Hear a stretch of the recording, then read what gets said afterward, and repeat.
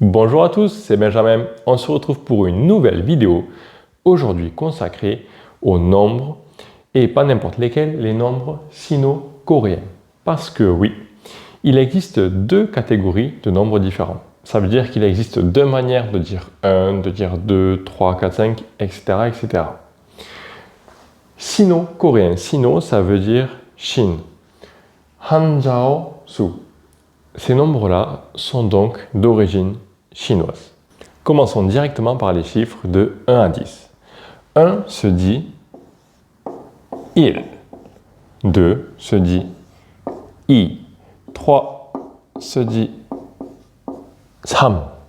4 se dit sa. Et 5 se dit o. Il, i, sam, sa, o. 1, 2, 3, 4, 5.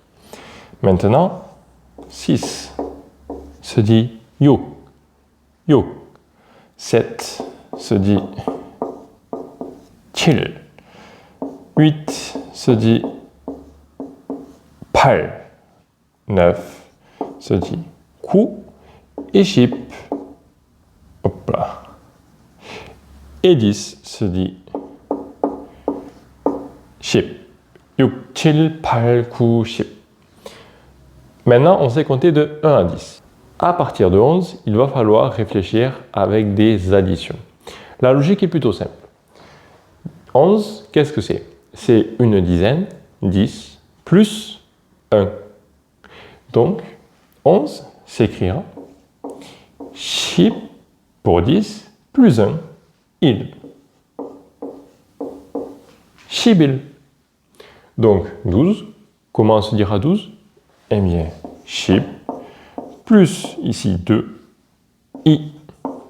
16 se dira donc ship, yo. Maintenant, 20. Alors ici, on ne va pas additionner. Justement, là, 20, qu'est-ce que c'est? C'est 10 fois 2.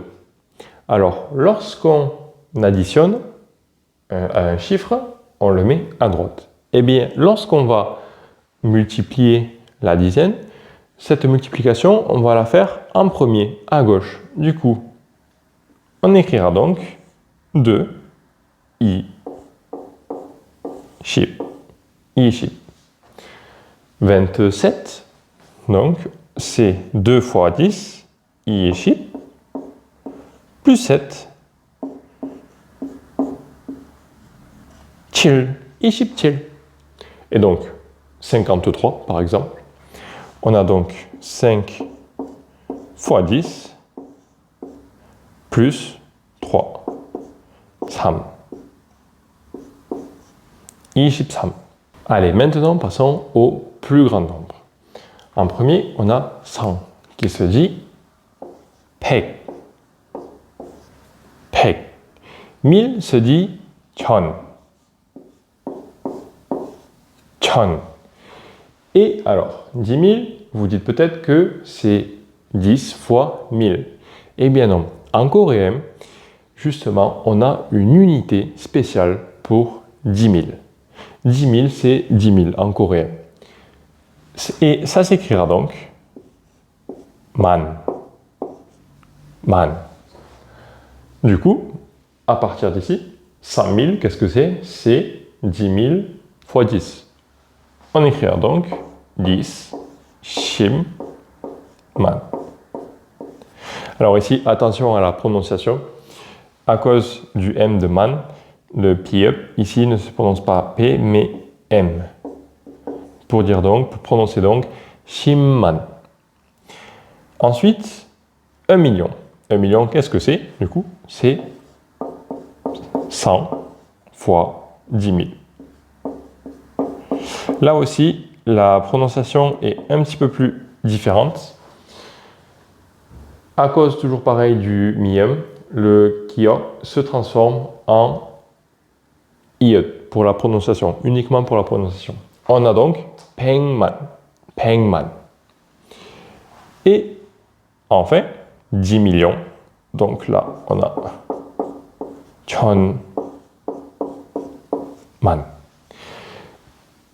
Et pour finir, 100 millions. Alors, là aussi, on a une unité spéciale, un mot pour dire 5 millions, et c'est ok. Ok. Alors celui-ci est un peu spécial parce que pour dire 100 millions, on aura besoin de dire en fait 100 millions, iro. Juste ok ne va pas. Alors que pourtant, ici, man c'est possible tout seul, 10 000. Alors que 100 millions, ok, on aura toujours besoin de 1 au début, iro. Allez, maintenant, je vous laisse écrire en commentaire pour vous exercer comment écrire ce nombre en coréen. Maintenant, passons à l'utilisation des nombres sino-coréens. En effet, on a deux catégories de nombres et chaque catégorie a une utilisation spécifique. On va voir donc que dans un premier temps, les nombres sino-coréens s'utilisent pour exprimer la date. On a ici wol. Wol qui veut dire donc un mois de l'année. Ici, il pour le jour du mois. Et enfin, nyon. Nyon pour l'année. Ok? On va devoir tout simplement écrire en chiffres. Donc par exemple, on pourrait dire le mois de septembre. C'est le 9e mois de l'année. On écrit donc 9. Et donc 9 qui se dit ku, on dirait donc kuol. Et disons le 15e jour du mois. 15e jour, c'est donc shiboil. Shiboil. Et disons donc l'année 2024. Ça sera donc 2000 pour 2000, 2024년. Il existe seulement deux exceptions avec les mois de l'année. C'est juin et octobre. En effet, donc 6, ça se dit yuk et 10, ship. Eh bien, pour justement favoriser, donc rendre la prononciation plus simple, on ne va pas dire yuwol, mais simplement yuwol, yuwol. Et pareil avec octobre, on ne dit pas shibol, on dit simplement shiwol, shiwol. Ensuite, les nombres sino-coréens vont aussi pouvoir être utilisés pour exprimer le prix d'une chose, la monnaie, l'argent, la valeur. Ici, nous avons donc 230만 원, 230만 원이에요. Justement, won, c'est l'équivalent de l'euro. En Corée, la monnaie, c'est le won. Ici, won. Alors, attention, par rapport à la prononciation, la syllabe won commence par le iet qui est muet. Il va donc prendre la liaison du mot auquel il est attaché si celui-ci se termine par une consonne. En effet, ici, là, on a 230만, man, nien. Ça sera donc nuon. Mais les Coréens ne prononcent pas nuon parce que c'est pénible à prononcer. Ils prononcent simplement comme ceci. Non. Manon. Et maintenant que l'on sait comment dire un prix en coréen, on va savoir demander combien ça coûte. Justement, ici on a par exemple 이 에어컨이, 에어컨 c'est une climatisation avec particule du sujet. 얼마예요? 얼마, combien? Alors ça coûte ou c'est combien? Justement avec le verbe être en coréen. 얼마예요? Ça coûte combien? C'est combien? 에어컨이 얼마예요? 230만 원이에요.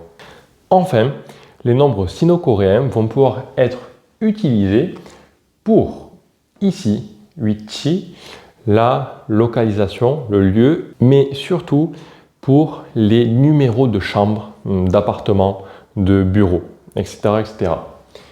Ici, on a donc 102, 102, 호. Voilà, ho c'est un suffixe qui est utilisé pour, c'est l'équivalent de numéro d'appartement, numéro de chambre. On aura donc 102호. Et aussi, enfin, pour les numéros de téléphone. 전화번호, 전화번호, numéro de téléphone. Ici, on a un exemple de numéro de téléphone. Et alors, contrairement en France où on dit les nombres par paire, 32, 44, 55, etc., en coréen, on va juste faire un chiffre après l'autre. On aura donc ici 3, 2, 9, et ce trait d'union juste ici se prononce et le 0, c'est vrai que je ne vous l'ai pas dit, il se prononce kong. Kong. On aura donc 3, 2, 9, 0, 1, 4. Et enfin, comme avec le prix, ici, on va pouvoir demander quel est le numéro de téléphone. 전화번호가, particule du sujet. 몇 번이에요? 몇 번이에요?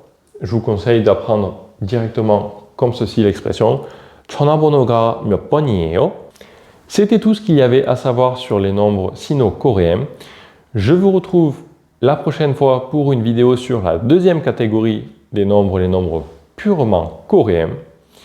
Si vous avez des questions, n'hésitez pas à les poster en commentaire. Je vous dis à la prochaine. C'était Benjamin. 안녕하세요.